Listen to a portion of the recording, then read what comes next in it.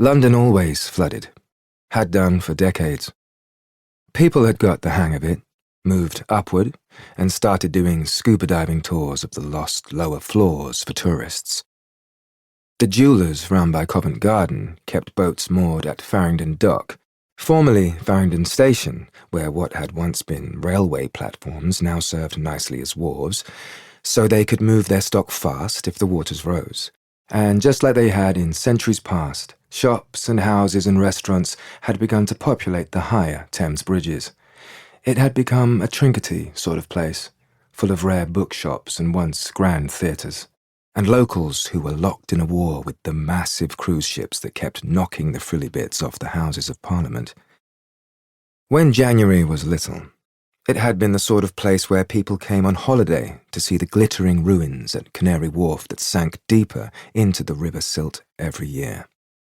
He had grown up knowing that the city was sinking, but somehow he never thought it would one day be sunken. April was flood season, and that April was even more determined than the previous ones.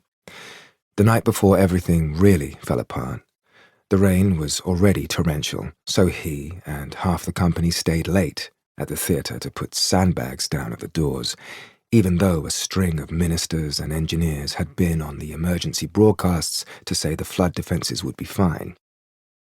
The Royal Opera House leaned over Seven Dials Canal, which often broke its banks by a good few feet, floating the boats up to the ceilings of their alcoves.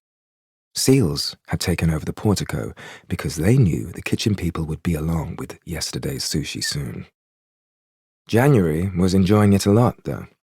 He didn't have to use the front door of his building anymore. The ferry driver stopped right outside his bedroom window, and he just hopped onto the top deck and sunbathed the whole way to work, watching the orange tree blossom rain across the waterways. He did know he might be in trouble once the water rose above his bedroom window, but it was already 30 degrees out, and it would not be the end of the world if he had to camp on the roof. He had one of those big umbrellas his mum had used to take fishing, and a camp stove, and an endless pig-headed ability to enjoy himself as long as he personally was mostly dry, and he had a camera to take pictures of the dolphins with.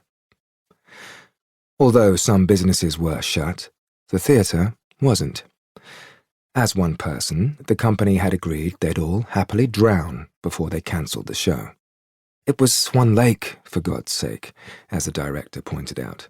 Cancelling a show about a lake because it was raining would be ridiculous. So, once the sandbags were down, everyone cracked out the theatre's supply of candles and matches, set out the big emergency candelabra, put mirrors behind those to make the most of the light. If you were going to go without electricity, there were worse places to work than a theatre, and carried on with the rehearsal. In all, it had looked fine. Even late that afternoon, it had all looked fine. January did very much enjoy being the principal of the company. People brought you coffee, and sometimes famous singers wanted you to dance in their music videos. But in his ungrateful moments, he might admit he could have done without being the Swan King. The show run meant he had to lift the not insubstantial kid playing the prince on one hand 4 times a day, without collapsing, for the next month.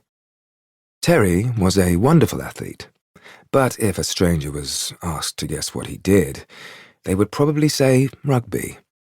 This is not to be confused with football, either the European or the American kinds. Football is for waifs. Rugby is traditionally used as a way for small countries to remind everyone else why they would regret it if they invaded. Nobody wears any kind of protective gear. Players argue that actually more protection would mean nastier problems, pointing to boxing where gloves mean more people go for headshots. But of course, the real reason is that this would get in the way of the whole point. For example, killing the English. January was pining for Annie, who had been all of 9 stone and who he watched the boxing with religiously after the shows. But Annie was 35, and her knee had finally gone, and now, well, now there was Terry.